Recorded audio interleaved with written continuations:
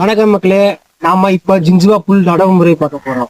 எப்படி சொல்லி இப்ப பார்க்கலாம். மக்களே, இப்ப நம்ம ஒரு அடிக்கு நடணும். இத நட்டா மேக்சிமம் எடுத்துட்டா ஒரு 3 இன்ச்சு ஹைட்டு தான் இது இருக்கணும். கொஞ்சம் நான் அதிகமா வச்சுட்டேன், அது மாதிரி நீங்க பண்ணாதீங்க, ஓகேங்களா?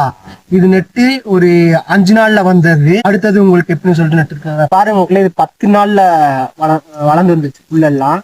ஒரு அடிக்கு ஒண்ணு வைக்கணும், எல்லாம் கிராஸா வைப்பாங்க.